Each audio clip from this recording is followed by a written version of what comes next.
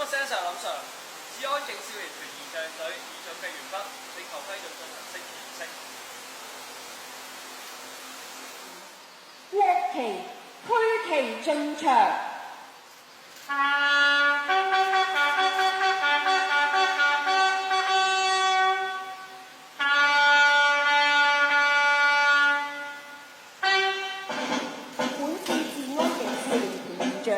由50名少年團組成，並由陳志豪隊長擔任儀仗隊領隊，2位彩線黃韻琪、黃應忠、郭偉迪則擔任旗手職責。